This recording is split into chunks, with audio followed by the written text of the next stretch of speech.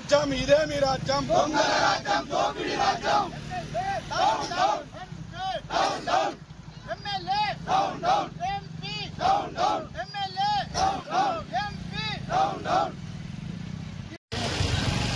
ఈ రోజు national highway 353 మరి నిరసన కార్యక్రమం మరి చేనేతు కోరజ్ మండలం కలిసి ఇక్కడ నిరసన కార్యక్రమం ఏర్పాటయ్యడం జరిగింది.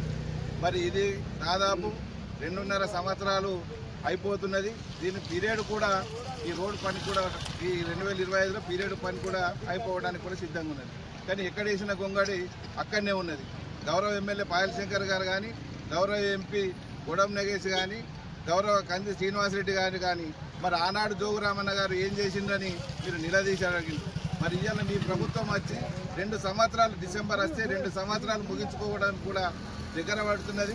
మరి ఈ పని ఇప్పుడు ఏదైతే ఇక్కడ చిన్న తాత్కాలికంగా వంతెన ఏర్పాటు చేసిందో ఇది దాదాపు 4.5 కోట్లతో ఏర్పాటు చేస్తే మరి ఇప్పటికి కూడా ఈ బ్రిడ్జ్ మరి ఈ వర్షాకాలం వచ్చిన పడితే 2 ప్రాణాలు దక్కి ఉండేవి.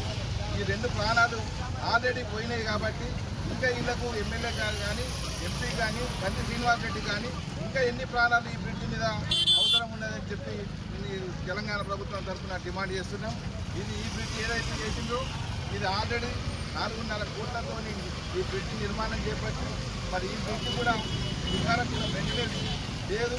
మరి ఇంతకుముందు కూడా డీ గారికి మాట్లాడితే కూడా డీ గారు ఏమన్నారు, అది వర్షాలు పడుతున్నాయి, మేము ఇప్పుడు చేస్తాం అప్పుడు చేస్తామని అంటే దాదాపు డీ గారు ఇప్పుడు చెప్పిన 1 రోజులు అయిపోతున్నది. ఇంతవరకు కూడా ఇది రిపేర్ చేస్తలేరు. తక్షణమే రిపేర్ చేయాలా.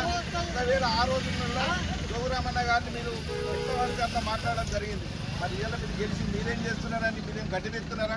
మరి ప్రభుత్వం గుడ్డి నిద్రపోతున్నదా? మీరు ఇంత సిగ్గు శరం ఏమాత్రం కూడా రాదా?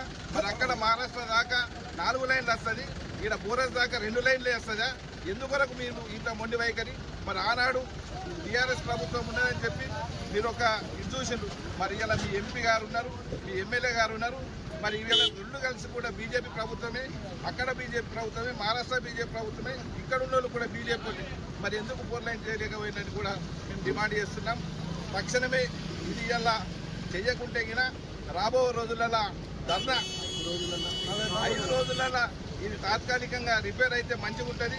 ఒకవేళ కాకుంటే 5 రోజుల నాడు ఇలా సోమవారం, మంగళ, బుధవారం, శుక్ర, శని నాడు కంపల్సరీ పెద్ద ఎత్తున 2 మండలాలు కలిసి 3 బేల మండలం కలిసి 3 మండలాలు కలిసి ధర్నాకు సిద్ధం చేస్తామని చెప్పి కూడా మేము హెచ్చరించడం జరుగుతుంది.